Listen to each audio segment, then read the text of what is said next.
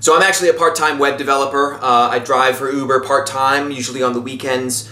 I have been pretty vocal about not complying with this ordinance. So Uber has been illegal in Portsmouth for about 6 weeks. I started the Free Uber campaign, partly as a response to an article I saw in the Portsmouth Herald where some of the cabbies were vowing to patrol the streets for rogue Uber drivers. Some of the taxis were going to raise their rates because they ran their competition out of town. It's like kind of insane. I kind of had the idea of organizing people, both drivers, and kind of giving them the confidence that, hey, they can still actually go out on the road, and even though it's technically illegal, it's still more or less safe to do so. In fact, the first driver that got written up was this grandmother, this 63-year-old part-time bus driver named Stephanie. She is a part-time Uber driver. And then most recently, the story of my arrest for felony wiretapping because in one incident, I was picking up some customers outside of Daniel Street Tavern, and the bouncer kind of asked me if I was Uber and started kind of lecturing me that, you know, it's illegal, you can't do this, and there's these big fines. I said thank you for the information.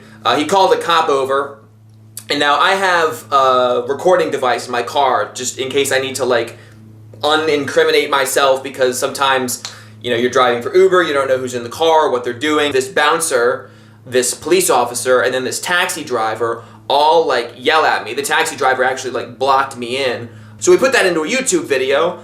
Didn't use anybody's picture or name or anything, just kind of like subtitled it and put it on YouTube. And then I got a call about a week or two after that from the police officer in that video who gave me this warning, like, you can't do this. And he said that I am potentially going to be charged with a Class B felony for wiretapping because I recorded this bouncer shouting at me. This is what the situation is like on the streets of Portsmouth. It's like a turf war out there.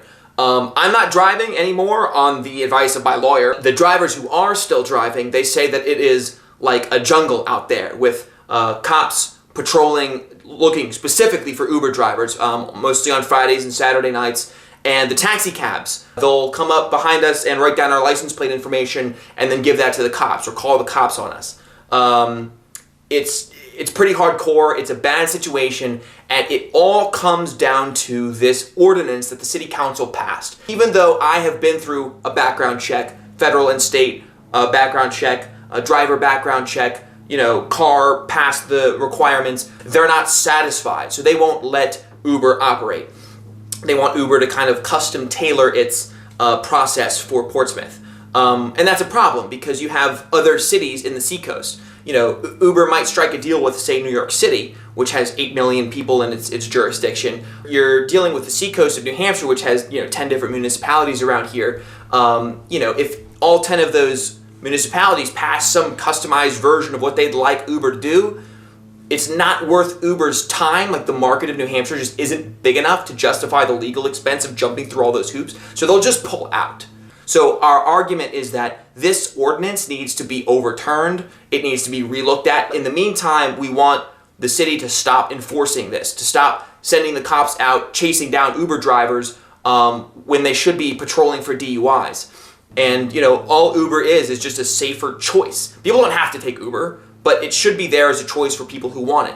And there shouldn't be these huge barriers and hurdles that Uber, the company, has to jump through, or that drivers have to jump through in order to provide this service to people. If people want it, they should be able to get it without asking anybody for permission. The response has been tremendous. You know, we've had people come out and hand out flyers during the day to just people walking down the street. And, you know, the people of Portsmouth, when they just understand this issue just a little bit, they're on our side. And I think it's just a matter of time before, you know, a more saner approach is chosen.